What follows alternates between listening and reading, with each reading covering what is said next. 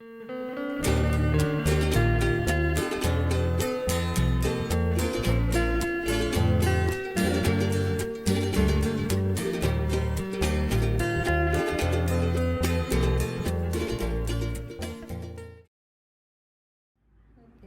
you.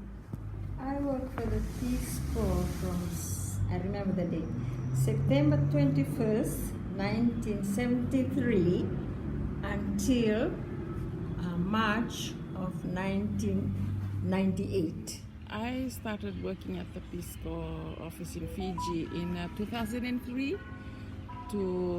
and I finished in 2019, towards the end of 2019, early 2020 during the COVID outbreak in Fiji. I was with Peace Corps from 2007 to 2001 when COVID started in Fiji. 2021. 2021, sorry, 2021. Okay. As a program manager. Yeah, I'm Bulavina Kajay. I worked at the Peace Corps as an LCF. Language and culture facilitator. And also as a homestay coordinator. Oh, I'm so fortunate to be in this Peace Corps organization because, it's so, what they're doing is so great. Helping the third country world, helping the people. We came there, we see how you people live and how you sacrifice to come and live in Fiji, go through training in the village, the water, the toilet and everything. Oh boy, I was so impressed with how you people, really. We know how much you guys sacrifice to leave your family and everything and come and help the country. And it's our job as the Peace Corps staff to, to make you meet your needs at the, working for the Peace Corps. Before I became a technical trainer, I worked as a nurse in Savu, and we used to have Peace Corps volunteers come to work in the Ministry of Health. And I remember in the health center where I worked, we had Susan Snyder. She was my mentor. Susan was a volunteer who taught me so many things. She really impacted my life. I never knew the challenges that she was going through until I became a Peace Corps staff. The big day comes and we all looking for, the program team goes to the airport and wait. We look forward to all the, and we'll see all the different faces. Some are smiling, some are, like, okay, not maybe missing the family, missing someone special. Yeah, but for them to, for us, I feel like we are their family when they come. So a hug and that welcome at the airport just makes a difference for them. They all call me, I always call them that they are all my sons and daughters, I had a really, really good time with the volunteers out there in the Northern Division. They call me JC. Yeah. And sometimes, they come with their own sets of mind. Sometimes they're very challenging to me. Challenging? Yeah, sometimes I have to adjust myself. And I always see them as my sons and daughters, And sometimes I have to give them fatherly advice. Don't do this because this will happen to you, this and this. But JC, I can manage. Yes, plus you have to do this way. So, as program manager, I advise them on that. As they're like superior, I have to advise them on that. As a fatherly thing, I have to advise them on that. So, all those kind of things happening. So, I have very few layers I have to handle these volunteers. I have to be their cultural advisor at some point in time. At some point in time, I have to cry with them. Sometimes I feel sorry for them. Sometimes I have to be very strict with them on things that need to be in terms of policy. I love the Peace Corps. It's a family. It's like it's Vuvale. It's a Peace Corps family. Peace Corps family. And I love it because I teach my culture to the trainees, and one thing I enjoyed it. I love it because I was able to teach my language to foreigners, and that's one thing I was so proud of myself, To be able to to be teach. able to teach my language and my culture, and also learn their culture. I was really happy not only as to teach my culture and language, I also teach them on how to cook Fijian food. Fijian food. Ever get feedback like from the people who worked with Peace Corps volunteers or Yeah. the host villages? Yeah. How did they feel about having the Peace Corps Oh, volunteers? they love them. Yeah. Because when you guys come here, you have to learn the culture and the language, you know. Mm. When you speak the language, Hindi or Fijian, oh, you are just so loved.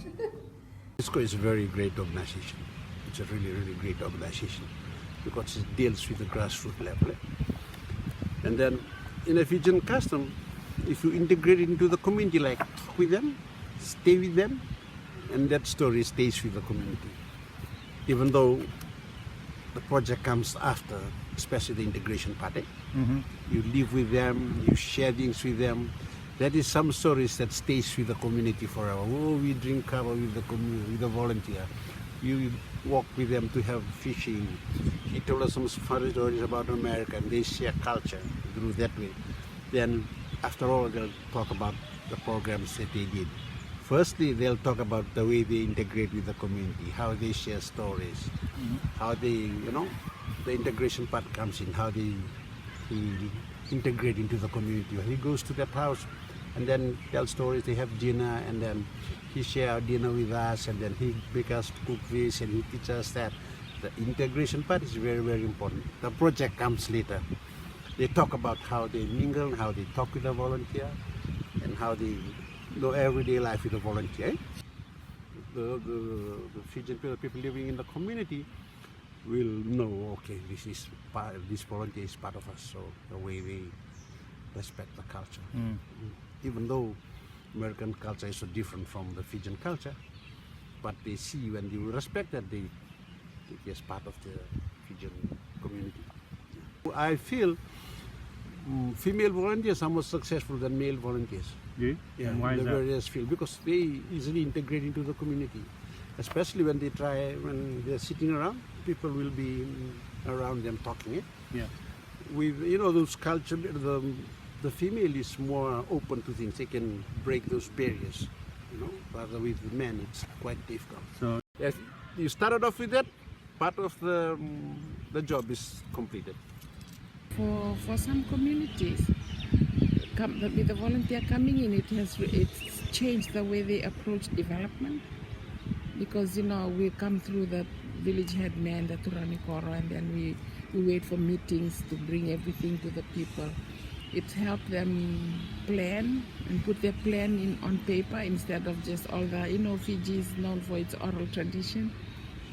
And then, the volunteer will come. There's going to be a little bit of struggle in the beginning. And then once they see how the volunteer is linking them to resources, linking them to education, helping their children, then they all start opening up. Yeah. Outcome is they will say, if it wasn't for the volunteer, we wouldn't have seen this. Maybe it's our way of the Fijian way of, just wait around till somebody comes along, or when somebody really encourages them on what to do.